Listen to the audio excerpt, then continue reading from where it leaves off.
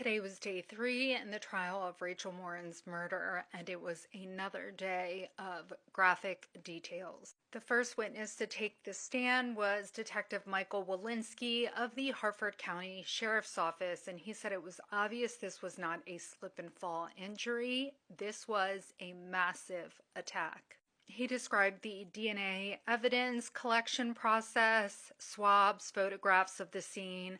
Under cross-examination, the defense zeroed in on the possible contamination of evidence, pressing that Michael Walensky on whether he wore gloves or not during swabbing.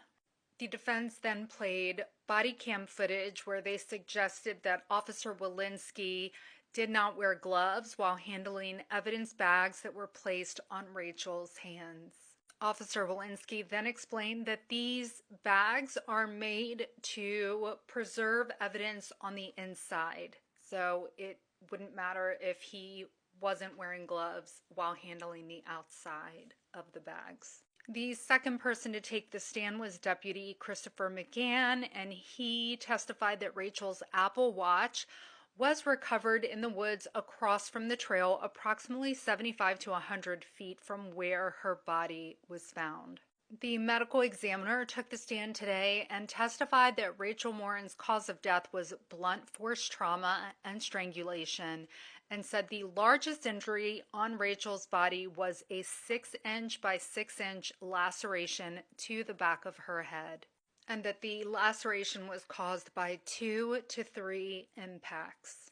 The medical examiner also confirmed that Rachel had 15 to 20 lacerations on almost every part of her head, and some deep enough to show her skull. The lacerations were jagged and not clean, which indicates that something with a rough surface was used, suggesting that the lacerations could have been caused by a rock or cement surface of the tunnel where she was found.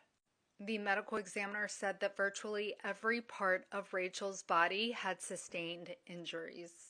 The medical examiner also testified that when Rachel's body was brought in for autopsy, her body's condition showed that she had been laying in that tunnel for about 8 to 12 hours. The front and back of her hands were swollen, indicating that she tried to fight off her attacker. Again, this trial is not being televised. I will be posting daily updates, so if you want to follow along, make sure you're following me. Also, I will be adding the trial video